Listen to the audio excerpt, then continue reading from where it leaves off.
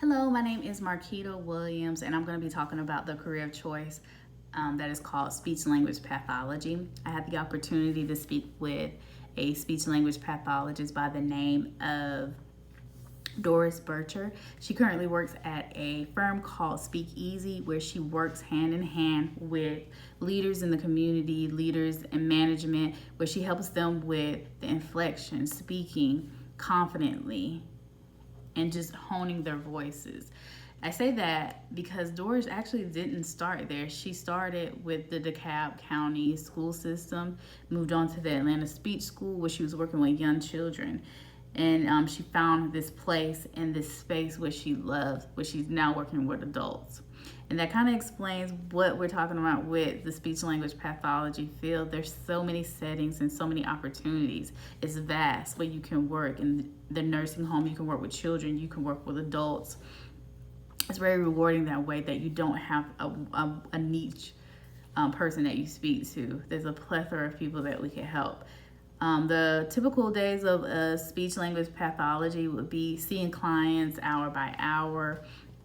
They can work individually, they can work in groups, and they go through each client and they work individually through their plans. They have different activities and different practices that they do with each client to help them develop out of the challenge that they've come face to face with. Some of the education that's required for this particular field is that you must have a master's degree. It's 2 years of study full time. After that, speech language pathologists are having to go through supervised clinical experiences, and it's about 400 hours. They also have to pass a national exam. Then they're licensed. Even after they become the speech language, the SLP, they do have to, in order to keep their licensure, they do have to continue education, attend seminars, and there's a certain amount of hours that they have to do. I believe it's 30 hours was what Doris was telling me hers was. The growth of this field is just amazing. They're saying that because of the baby boomers growing older and because of the medical advances in technology, infants, trauma victims are needing help in their speech therapy arena.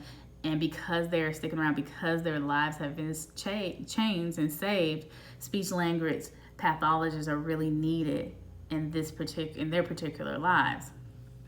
Some of the benefits for being a speech language pathologist is seeing the advancement of a client going from having a challenge with speaking and really coming out of that and developing their voice, developing their speech. It's just rewarding. Some of the drawbacks may be the caseloads. Maybe there's more people and not enough pathologists to help. And sometimes, if Doris was telling me, there is some disappointment when you are not able to help because of the limited amount of time that you may have with a client. You may not be able to see them progress in the way that you would if you had more time. Because of the caseload, sometimes that time was cut short. My personality came back with the Jung typology as INFJ, and that was introverted, intuitive, feeling, and judging. Some of those characteristics really help with the speech language pathology, because being introverted, you like to work on maybe by yourself, one-on-one, and that's what this particular career allows, where you can work one-on-one with a client. You can really get to know them. You're able to be intuitive. You're not having to assume, and then you can really empathize with your client. Which is important during this journey, because it can be an embarrassing thing. It can be a very sensitive topic to not be able to speak the way in which you want to, but your body will not allow you. So it takes a lot of those characteristics to really be a good pathologist, so that align with this career. This is something I really want to be a part of. I see myself working with children in elementary school. It's something I truly want to pursue.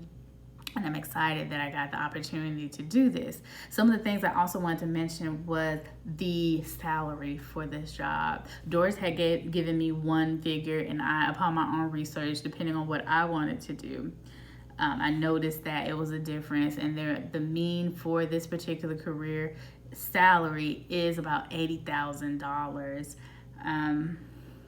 which is awesome.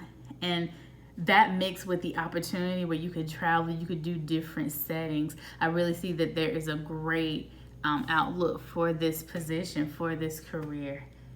All in all, that is everything that I want to cover. I think I covered everything.